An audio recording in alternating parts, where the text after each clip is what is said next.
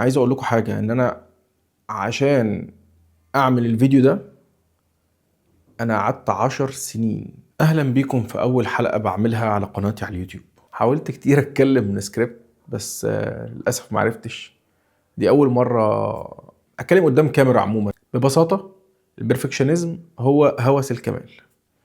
الهوس ده بيخليك دايما تحط معيار عالي جدا، يكاد يكون مستحيل ان انت تحققه. مفيش حاجه تقدر توصل بيها للكمال. الكمال لله وحده زي ما كلنا عارفين. فطبعا ده يعني بيخليك يأثر عليك، ما عندكش ثقه في نفسك، بتخاف تعمل اي حاجه، بتتوتر جدا. فخليني اقول لك رحلتي مع البرفكشنزم وازاي الحمد لله قدرت اتخلص منه. انا اول ما بدات كجرافيك ديزاينر. طبعا ما كنتش اعرف اصلا ان عندي مشكله. انا كل ما اجي اعمل ديزاين معين دايما بتأخر فيه، ممكن اقعد ساعتين 3 4 5 مش عارف اوصل لحاجة معينة، يعني الاقي نفسي بتأخر جدا. فطبعا ده بيأثر عليا في شغلي. وبعدين لازم دايما عايز اوصل لحاجة احسن، اقوم اجي اقعد تاني على الديزاين الاقي نفسي عايز اوصل لحاجة احسن، وهكذا. مش بس كده، يعني في خلال السنين انا الحمد لله عملت شيفت من جرافيك لفيديو اديتنج الفيديوجرافي. في كل مرحله من المراحل دي كنت بمر بنفس المشكله، دايما عايز اوصل لاحسن حاجه. وللاسف ما كنتش عارف، يعني ما كنتش عارف ان دي مشكله اصلا، وما كنتش عارف يعني ايه بيرفكشنزم، وما كنتش عارف يعني ايه هوس الكمال، وما كنتش عارف الكلام ده كله يعني.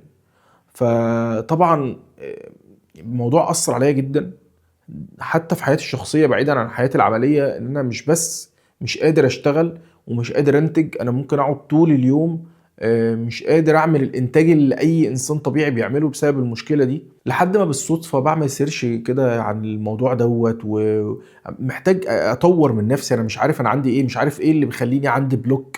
هل انا عندي بلوك؟ هل انا عندي مشكله نفسيه؟ مش قادر افكر، مش عارف اتجاوز اللي انا بعمله. فطبعا لقيت ان المشكله دي اسمها البرفكشنزم. انا طبعا ما اعرفش المشكله دي عباره عن ايه. فقررت ان انا ابحث عن حل ليها، ادور عن حل. اعمل ايه؟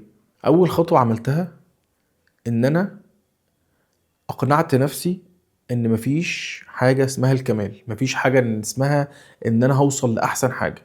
الكمال لله وحده. ايقنت وامنت بالكلمه دي، ودي كانت اول خطوه اعملها. الايمان. انا امنت ان فعلا الكمال لله وحده. بعد ما خدت الخطوه دي، طيب ايه الخطوه اللي بعد كده؟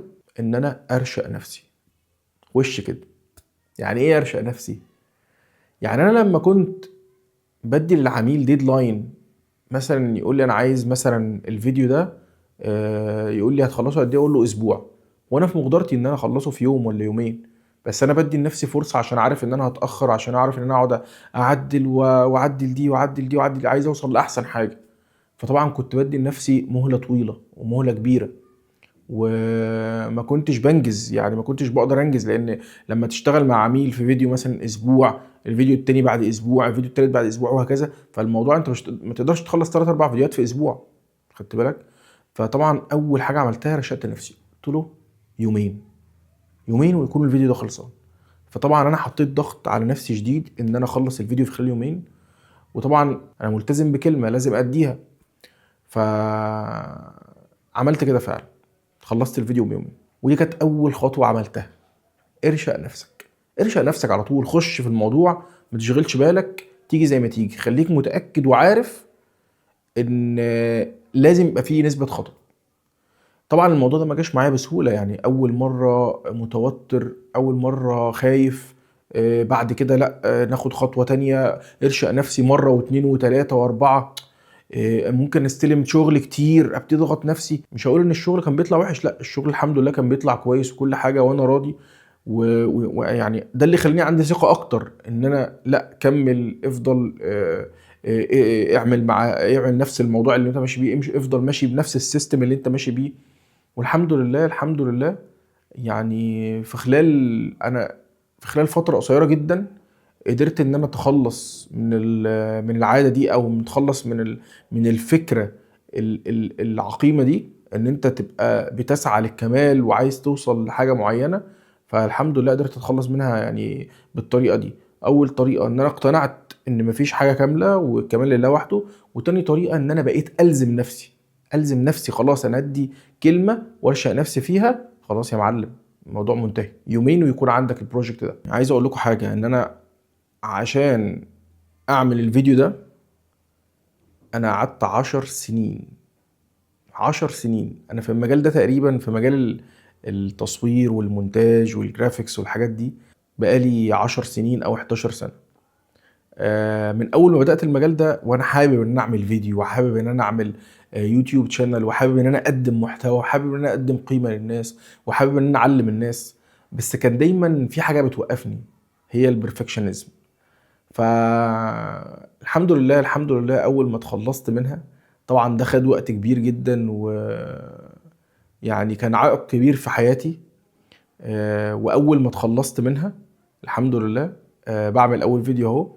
وعايز اقول معلومة يعني، طبعا انت شايف، ممكن تكون شايف الخلفية ورايا، خلفية مش كويسة، اضاءة ممكن ما تكونش مظبوطة، التصوير مش احسن حاجة، المكان مش احسن حاجة.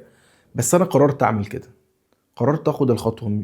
انا قلت مش هستنى لما كل العوامل الكويسة تحصل عشان اعمل فيديو قوي جدا، وعشان اطلع اتكلم اقدم محتوى قوي جدا. لا، انا عارف ان في ناس كتير بتقدم محتوى كويس، وعارف ان في ناس كتير بتجتهد وبتعمل سيت ابس معينة، وبتحط اضاءة معينة، وبتستخدم كاميرا معينة، والكلام ده كله.